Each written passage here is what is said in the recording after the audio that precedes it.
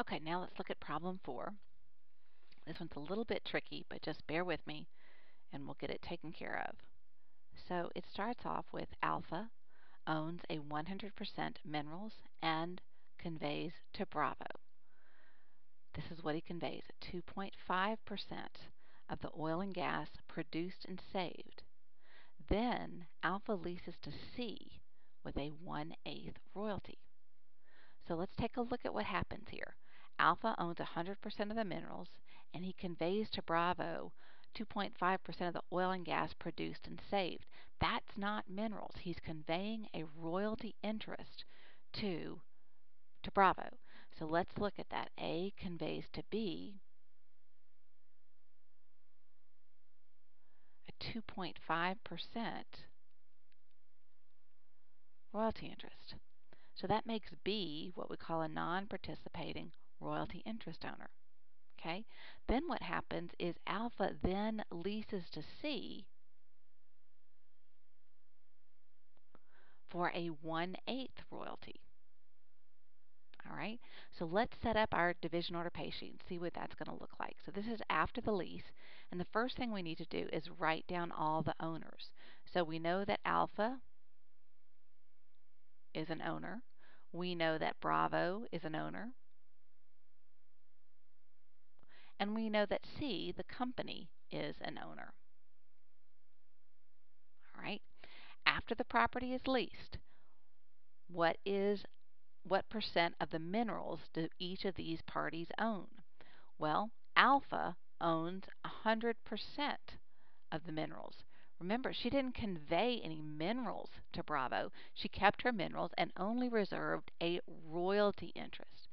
Now remember, when she granted that oil and gas lease to C over here, she took the working interest that she owned prior to the lease, and she gave 100% of it to the oil and gas company, so that she then owned 0 working interest. And her net revenue interest pursuant to this oil and gas lease is a 1/8. Now that's not the final answer, but that's what we're going to put now, and we're going to show you how we come up with the final answer. So then we're going to go to Bravo. Bravo did not get any minerals. He only acquired a royalty interest, so his interest in the minerals is 0. He has no working interest, so his interest in the working interest is 0.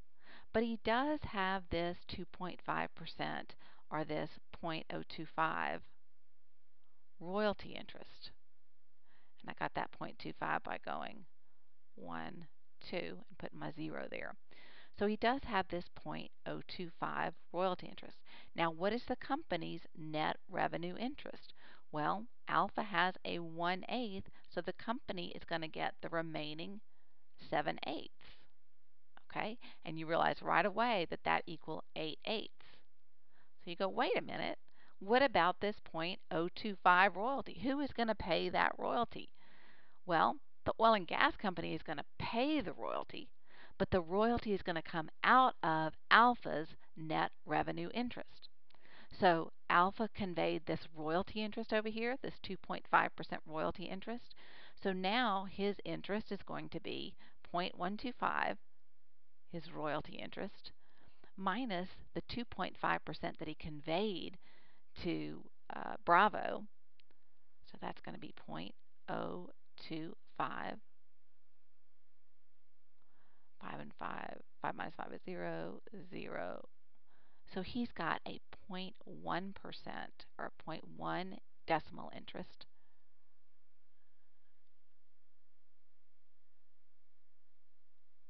And then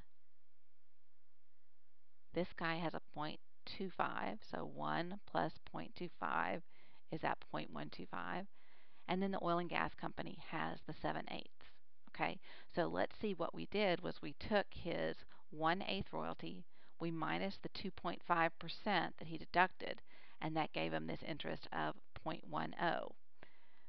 0.10, here we go, plus 0.025